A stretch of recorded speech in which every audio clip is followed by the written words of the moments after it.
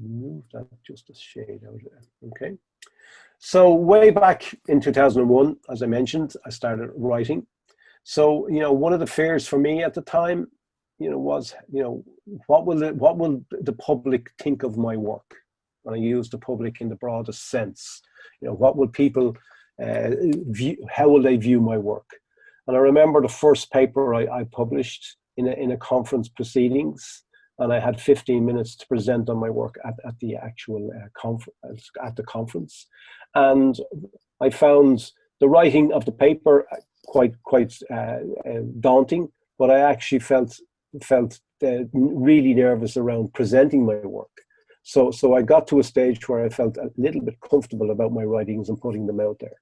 And that particular occasion, the proceedings from that conference, selected papers were invited to be published.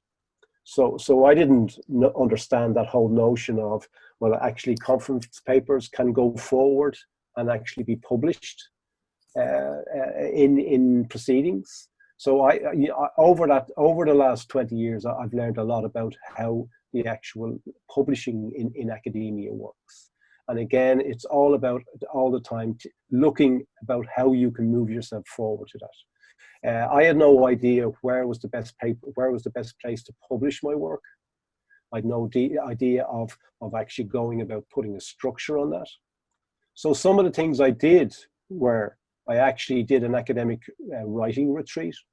Okay, so that I felt was really, really important because it actually gave me the rudiments of actual how to structure one's paper. And one of the great things about the academic writing retreat I did was it was focused on me, the individual, and my research area. So it wasn't giving me kind of direction of writing for social science or chemistry or physics research. It was actually about publishing in built environment journals. And I think that's an important element, and I'll come back to that as we go through. Second thing I did, I got myself a mentor. I worked with my actual boss at the time. He actually reviewed my work. I shared my work with him. And there is a vulnerability about putting your work out there. But if you can get yourself working with someone who will give you feedback and honest feedback, that's really, really important. I was fortunate that this person actually, was a general mentor to me, and they were prolific in terms of their writing. So they were able to spend time with me. But an important thing about being mentored is that you actually are comfortable with the person who's mentoring you. Because if you're not comfortable being mentored, you're not going to produce the best work possible, and we all have to develop ourselves and learn, and working with a mentor, if you're being upfront and honest and sharing your work with them and taking the feedback on board, that's really, really helpful, because that helps you develop as an author and as an academic writer. So that's really, really important. Next thing I did in terms of that, I wasn't quite sure about this at the time. I didn't really realize it, but I actually had a strategy for publication. So I wanted initially to publish in conferences, so I could go to conferences and share my work. And then I moved it on into academic journals. And also then allied to that, because when you're researching, you build up knowledge and competence. And that knowledge and competence, then you actually can write on your subject area. So I was fortunate to be able to write some publications, chapters of books for publication, again in the subject area, and that was really, really helpful. So while I used the word strategy at the time, I wouldn't have applied the word strategy to it, but I actually mapped out where it was I wanted to publish. Journals, top class journals, Construction Management and Economics journal, the International Journal of Construction Education and Research. They were the two that I wanted to focus on. And so I, going towards them, I really focused in on what were the requirements of that. The other thing I would have done was set long-term and short-term goals. So longer term were the journals, shorter term were the actual conference proceedings that could be developed into journal papers at a later time.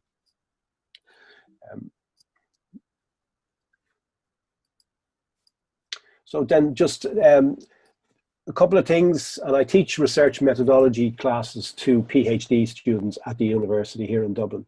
So when I'm actually working with those students, they're usually in their first year of the PhD, and there is a requirement on them to take research methods. And again, the nice thing about teaching them is I get students, PhD students from across the disciplines within our university here, and we have a very diverse amount of disciplines. So I get people from social science, I get people from engineering, I get people from computer science. And what I share with them is a couple of elements. And the feedback has always been really important in this particular area from them. They actually find this really helpful. So the advice I give is you should be writing often. And while I don't do this now, and I know my writings suffer because of this, but actually when I was in the full of my PhD, I was writing 100 to 150 words a day. And I think the advantage of that is that you actually get very proficient in writing. And what I used to do was pick certain areas out in my PhD, and I'd write on those, maybe spend a week on writing different aspects. Maybe it was analysis from a piece of the research, but I would be writing 100 to 150 words every day. In fact, it got to a stage midway through that I actually wouldn't go to bed in the evenings until I had those 150 words written. So I got very disciplined about that. And that is one thing in terms of academic writing. You have to carve out time. You have to actually spend time in your, pencil it into your agenda for the week or your diary for the week, and carve out that time to actually write, because that's the important aspect of it. And as we know, we change our work so often, but it's important to actually get into a practice of writing. And as I mentioned, from experience, that's one of the areas that I feel I suffer now, when I take that little bit longer to write because I'm out of practice. And practice is key, I would say. Another particular thing I have done over the years, I have published at least one quality paper a year. So at this stage, in the last 6 years, I've had one paper published in an academic journal. That's where I'm at. But prior to that, I would have had a paper in conferences. I would have wanted to get paper. Now, some years I've more than that, but I just set myself the realistic goal with teaching, with all my teaching and with all my elements, other elements going on. I set a minimum of one quality paper. The next element that is really, really important for academic writers is to reflect often. So I in terms of my writing, when I'm actually prioritizing it, I'm working hard on it, I would actually reflect weekly. But sometimes if the piece of work is drawn out over a period of time, I might reflect bi-monthly. So again, but the important thing is to take time out to reflect. And that reflection often includes the feedback from reviewers, the construction management and economics journal I mentioned. We were invited to put a paper in, a group of us who did a piece of research in a conference paper, and the paper won Best Paper Award at the conference. So the editor actually invited us to produce the paper for the journal. And that process took over a year, and we had 2 iterations of the paper to do following the feedback from the reviewers. And initially when the feedback came, we were quite surprised, all of us, in terms of the in-depth review that the reviewers had spent time giving us. And while it could be deemed as rejection, what it was actually positive, constructive feedback to allow us to reflect on what we had written, and also to make that better then for the reader, better for the actual research community. So there is a positive element around feedback from the editors, and taking that on board. The other element I say to research students is to prioritize. And that feeds into the kind of writing every day, the 150 words, or writing the quality paper per year. Set those priorities out. And again, if you take first year PhD students, a priority could be to actually write a paper on your literature review, and use that literature review as a gathering exercise in terms of all the literature in your subject area and the appropriate literature, but actually trying to get that paper published. And again, there's loads of opportunities to do that, because often is the case, universities and different research areas have special conferences for research students. So it's an opportunity maybe to actually publish in that. And one point I would make in relation to this too is, maybe a stepping stone to writing is to produce a poster for a conference. So again, it really depends on where your starting point is, where you are on the continuum, as to where it is you want to go. But sometimes it's actually good to do a poster.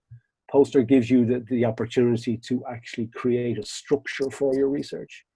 And then, as I mentioned, a paper on the literature review.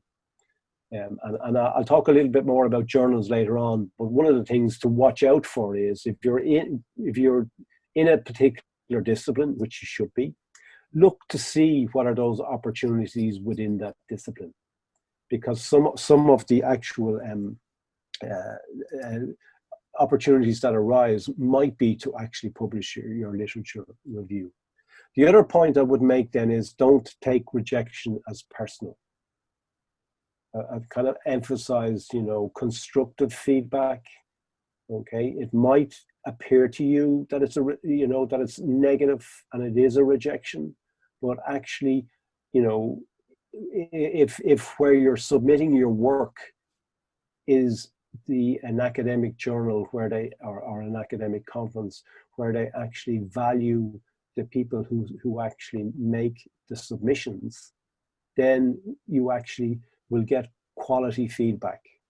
I'm the conference secretary or conference chairperson this year for the Association of Researchers in Construction Management, and we have a conference coming up in September. And what we do is there are different phases to the research call, or to the paper call. So the first thing is we put out a call for abstracts. We generally get 350 to 400 abstracts submitted. And of those 350 to 400, we actually reject about half of them. And of those half, then we're left with about 200 papers, inviting 200 people to actually write papers. And we generally take 110 to 120 of those papers and bring them to our conference.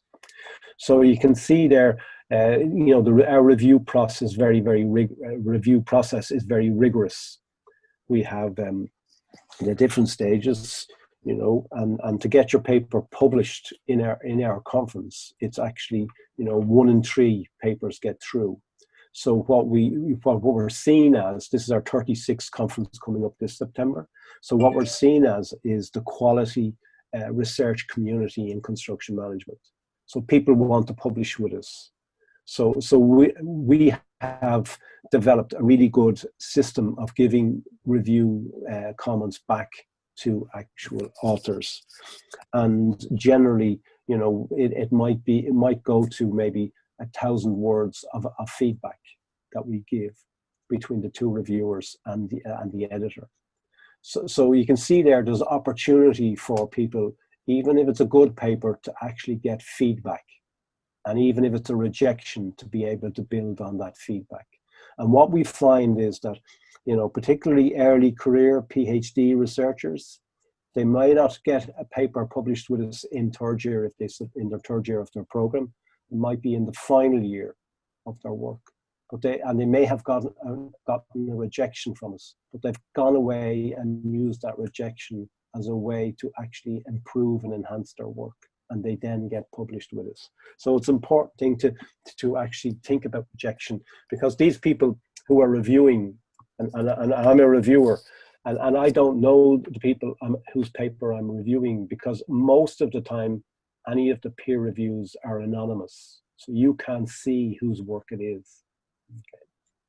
So you actually don't know who, you as the author don't know who the reviewer is, but the reviewer doesn't know who the authors are. So that's really key, where it's an anonymous reviewing, and so these people are giving you an opinion based on the paper itself, and not knowing who you are. So the rejection generally is not personal. Okay.